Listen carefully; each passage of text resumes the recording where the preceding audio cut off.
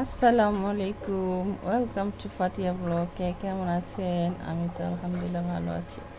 তো এখানে অনেকগুলা কাপড় চোপড় দিছি, কালকে এগুলো রোদ দিব। তো এগুলার আজকে অনেকগুলা কাপড় চোপড় দেওয়া হয়েছে, এগুলার ছাদে দেওয়া হবে। তো হঠাৎ করে দেখি বৃষ্টি শুরু হয়ে গেছে। মার্শাল্লাহ, অনেক দিন পর বৃষ্টি হইতেছে। ঢাকা প্রচুর বৃষ্টি হইতেছে। গ্রামে যখন ছিলাম তখন বৃষ্টি ছিল না।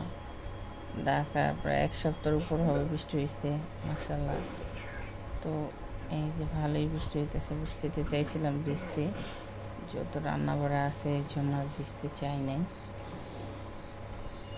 এই যে ঝুম বৃষ্টি পড়তেছিল, তো আমি একটু ভিডিও করতেছিলাম, ভালোই লাগতেছিল। সকাল সকাল বৃষ্টি দেখতে ভালোই লাগে। সকাল থেকে একদম আবহাওয়াটা মানে খারাপ, মেঘ মেঘ সাজায় আছে সকাল থেকে। মানে সকাল থেকে এই অবস্থা, দেখেন কি অবস্থা, ঝুম বৃষ্টি হইতেছে, ভালোই বৃষ্টি হইতেছে।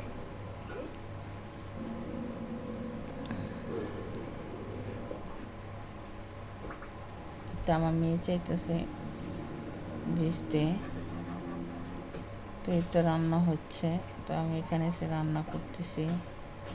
এসে পুঁই শাক রান্না করব। গ্রামের থেকে যে আমার ননাসে পুঁই শাক দিছিল সেগুলা রান্না করবো। আজকে চাইছিলাম শুটকি দিয়ে রান্না করতে, তো রান্না করিনি সময়ের জন্য। তো এখানে এসে আলু দিছি, 2টা আলু দিছি, আর পেঁয়াজ আর সব কাঁচামরিচ দিছি। তো শাক ভাজি করবো, বেশি কিছু রান্না করব না। যেহেতু মাংস রান্না আছে, গরুর মাংস, ঈদের যে মাংস রান্না করছিলাম সেটা আছে। পাশের চুলায় পানি ফুটাইতে দিছি। আর এই তো এখানে ঈদের মাংস যে বক্সে বক্সে করে রেখে দিছি, এগুলো এখন গরম করে দোকানে দিয়ে দিব। আর এই তো পুঁই শাক ভাজি করতেছিলাম, রসুন দিয়ে একটু বাগার টাগার দিয়ে নিলাম। পুঁই শাক আমার অ্যালার্জি, তারপর আমি খাই, কেন ভাল লাগে আমার। এক সিজনে এক যেটা, আমি আবার শাকসবজি একটু খেতে খুব পছন্দ করি। তো এটাই আমি খাবো বেশি করে, দোকানে দিয়ে দেবো, আর দুপুরবেলা আমি খাবো। আর এই তো মাংস অর্ধেক নিছি, যে তো বাবা খাবে, দোকানে দিয়ে দিব। আর রাত্রে আসলে রাত্রেটা গরম করে দেবো। এখন এই তো আমি খাবো, আর হচ্ছে দোকানে দিয়ে দিব। অর্ধেক অর্ধেক নামায় গরম করছি, এটা দোকানে দেওয়ার জন্য। দোকানে ভাত রেডি অলরেডি। যে পুঁই শাক, আজকে ডাল রান্না করিনি, এখানে গরুর মাংস, পুঁই শাক আর ভাত দিয়ে দিছি 2 পদ। যদি ডাল দিলে ডাল নষ্ট হয়ে যায়, এই জন্য আর ডাল দেওয়া হয় নাই। এই তো দোকানে চলে যাবে, তো হঠাৎ করে মেয়েরে নিয়ে আবার মেয়েরে নিয়ে হঠাৎ করে হসপিটালে চলে গেছি। মেয়েরে ডাক্তার দেখাতে যাব, তারপর আবার এখানে রক্ত টক্ত পরীক্ষা করতে আসছি। 2-3টা পরীক্ষা আছে আমার মেয়ের। আমার মেজো ভাইয়ের বউ আর আমি আসছি মেসিনায়, ঢাকায় কেরানীগঞ্জ মেসিনায় আসছি। এসে এখন মায়ের রিপোর্ট কাউন্টারে, ক্যাশ কাউন্টারে আছে এখন। তারপর রক্ত দিব মেয়েরে অ্যালার্জি পরীক্ষা করবো, আর অনেক সমস্যা আছে।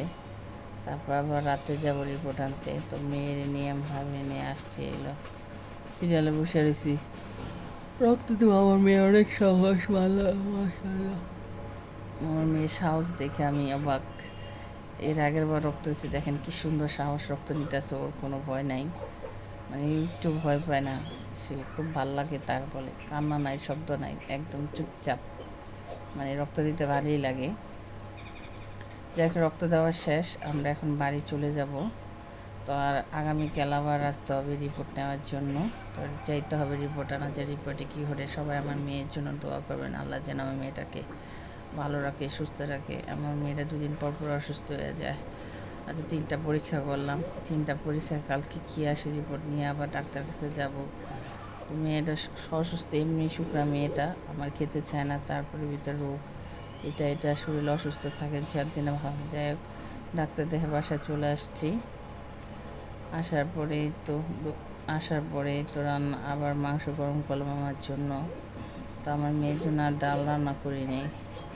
আর মুসুরি ডাল ডাক্তার খাওয়ার নিষেধ, অ্যালার্জির সমস্যা, তাই খাওয়াই না। তো আজকে রান্না করি নেই। তো আর মেয়ের জন্য চিন্তা করলাম ডিম ভুনা করে দিই। তো হালকা হালকা ঝাল দিয়ে ডিম ভুনা করেছি মেয়ের ভাত খাওয়ার জন্য। তো এই যে ভাত নিয়ে আসছি, আর পুঁই শাক নিয়ে আসছি, আর ডিম নিয়ে আসছি, যদি মাংস খাবে না। আমার মেয়েরে গরুর মাংস মুরগির মাংস এক পিসও খাওয়া যায় না, মানে মাংসর কাছাকাছি নেই। ডিমটা একটু বেশি পছন্দ করে, ডিম ডাল এগুলো খুব পছন্দ। এই যে ডিম নিয়ে আসছে, একটা খাওয়াই দিয়েছি, ডিমটা দিয়ে ভাত দিলে ভাত খেয়ে ফেলবে, তো হাতে খাবে না, ওরে খাওয়াই দিতে হবে।